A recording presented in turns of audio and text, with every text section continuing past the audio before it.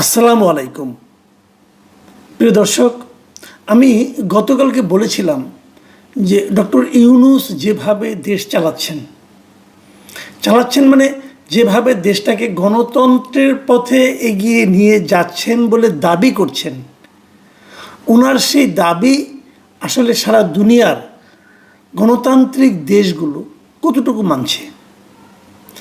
গতকালকে 6টা সংগঠনের নাম বলেছিলাম যারা দুনিয়ায় মোটামুটি বিখ্যাত সংগঠন, এবং এদের সঙ্গে ডক্টর ইউনূসেরও খুব ভালো সম্পর্ক আছে।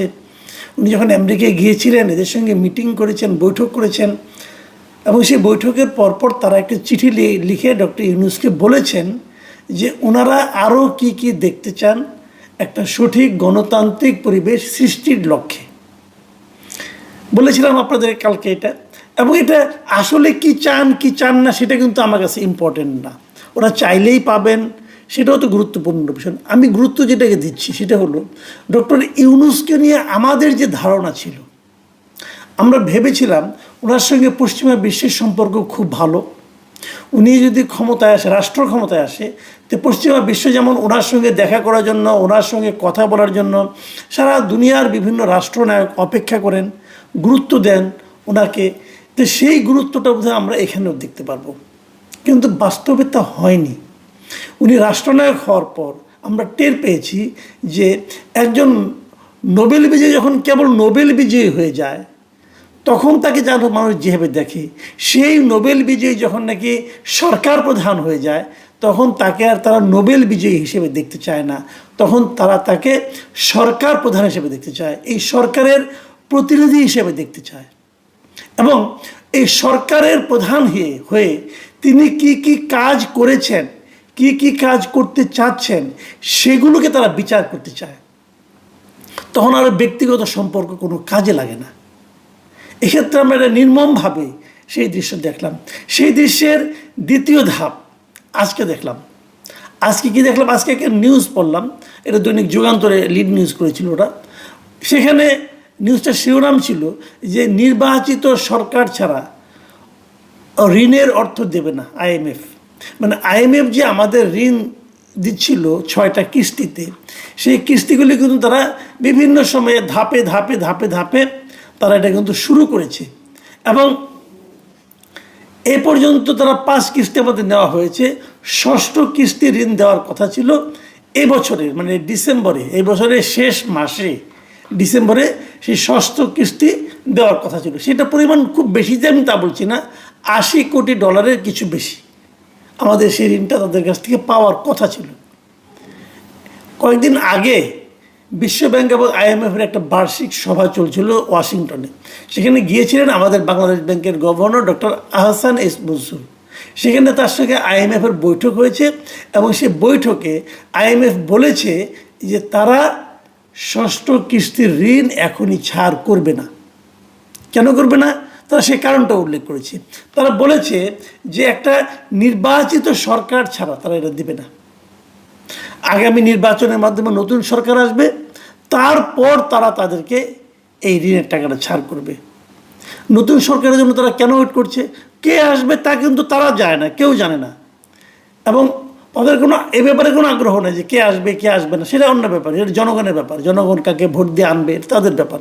কিন্তু তারা চাচ্ছে যে টাকাটা আমরা একটা গণতান্ত্রিক সরকারের হাতে দিতে চাই।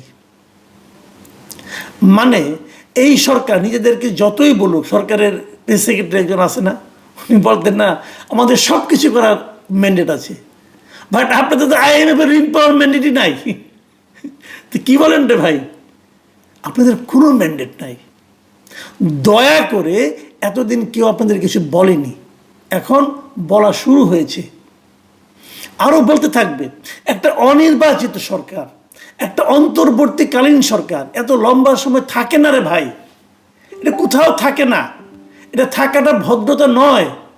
আপনারা জোর করে আছেন, আপনাদের উপদেষ্টাদের মধ্যে লোভ ধরে গেছে যে আরও কত থাকা যায়। আসেন আইএমএফের কথায় আসি। আইএমএফ বলছে যে নতুন যে সরকারটা আসবে সেই সরকারের কাছেই কেবলমাত্র তারা এই ঋণটা দেবে, এবং সেখানে বলছে যে তারা নতুন সরকারের সঙ্গে দেখবে যে এই যে অন্তর্বর্তীকালীন সরকার যে সমস্ত সংস্কার কর্মকাণ্ড করছে, এই সংস্কার কর্মকাণ্ডের ব্যাপারে তাদের মূল্যায়ন কি সেটাও তারা দেখবে। তার মানে এই সংস্কার কর্মকাণ্ড তারা কি করছে এটা যে হুবহু বাস্তবায়িত হবে এটা IMF মনে করে না। তারা মনে করে এই সংস্কার কর্মকাণ্ডগুলো তারা কিভাবে দেখে না দেখে তার উপর নির্ভর করবে যে IMF ওই সরকারের উপর নির্ভর করতে পারে কি পারে না, এবং এই সরকারের উপর যে নির্ভর করতে পারে না সেটা কিন্তু তারা অলরেডি বলেই দিয়েছে যে আমরা আপনাদেরকে ঋণটা দিচ্ছি না। এখন আহসানুল মনসুর অবশ্য বলেছেন যে এই ঋণ না হলে আমাদের কোনো সমস্যা নাই, আমাদের অর্থনৈতিক অবস্থান আগের চেয়ে অনেক ভালো হয়ে গেছে, আমাদের বৈদেশিক ঋণের দরকার নাই, আমরা একদম খাদের কিনারে ছিলাম, এখন ওখান থেকে ব্যাক করেছি, ব্যাক করে এখন অনেক ভালো জায়গায় চলে এসেছি, কাজে আমাদের ওই ঋণ না হলে চলবে। এটা হয়, আঙ্গুর ফল অনেক সময় টক হয়, খেতে না পারলে আঙ্গুর ফল টক লাগে। পান নাই এখন ডায়লগ পাচ্ছেন, তাহলে যদি দরকারই নাই তাহলে ওখানে গেলেন কেন? যদি আপনার দরকারই না থাকে তারপর তখনই বলে দিতেন আমি চাই না আপনার টাকা। যখন তারা দিল না তখন আপনি মানে ভাবের কথা বলতেছেন, আমাদের দরকার নাই, যদি আমরা কী করবো এগুলি বলছেন। আচ্ছা বলেন, আপনারা তো মনেই করে নিয়েছেন এদেশের মানুষ কেউ কিছু বুঝে না, সবাই আপনারা যা বুঝাবেন তাই বুঝবে, এবং সেটা শুনে তারা খুব বাহবা করবে। সন্দেহ নাই আমাদের রিজার্ভ আগের তুলনায় বেড়েছে, কোনো সন্দেহ নাই, এটা ইতিবাচক একটা ব্যাপার। কিন্তু আমি এটাও বলি, আমি বলি যে সরকারের একমাত্র ইতিবাচক দিকটা হলো অর্থনৈতিক দিকটা। অর্থমন্ত্রী ভালো করছেন, মানে আপনার বাংলাদেশ ব্যাংক ভালো করতেছে দু একটা জায়গা ছাড়া। বাংলাদেশ ব্যাংকে একটা জায়গা তো খুবই তারা খারাপ কাজ করেছে, যে কয়েকটা ব্যাংকে একীভূত করার জন্য যারা যে উদ্যোগটা নিয়েছে সেটা নিয়ে, কিন্তু তার আগে ওই দুর্বল ব্যাংকগুলোর ব্যাপারে এই গভর্নর এমন কথা বলেছে যে ওই ব্যাংকগুলো যেমন ভয়াবহ অবস্থা হয়ে গেছে। দেখ, সেটা অন্য আলাপ আরেকদিন করব, যে কী অবস্থা এক্সিম ব্যাংক সহ আরও অন্যান্য ব্যাংকগুলো, তারা কি বিপদে পড়েছে। এখন তাদের কাছে যারা টাকা রেখেছে তারা কত বিপদে আছে, একটা টাকাও তারা তুলতে পারছে না। যারা ওখানে FDR করেছিল তারা লাভের টাকাটা পর্যন্ত তুলতে পারছে না। এই সব কিছু কিন্তু গভর্নরের কারণে, বেশি কথা বলে আমার মনে হয় যেটা আর কি। যাই হোক, এটা অনেক মানুষের দুঃখ, অনেক মানুষের কষ্ট, তখন আর এগুলি বলি না। এটা নিয়ে আমরা পরে একটা ডিটেল একটা প্রতিবেদন আমি করবো আশা করি। যে কথা বলছিলাম, তাহলে মোদ্দা কথা হলো ঋণের টাকা ছাড় হচ্ছে না, IMF ঋণের টাকা দেবে না নতুন একটা নির্বাচিত সরকার ছাড়া। টাকাটা আমি আগে বলি, টাকাটা ইম্পর্টেন্ট না, ইম্পর্টেন্ট হলো ইমেজটা।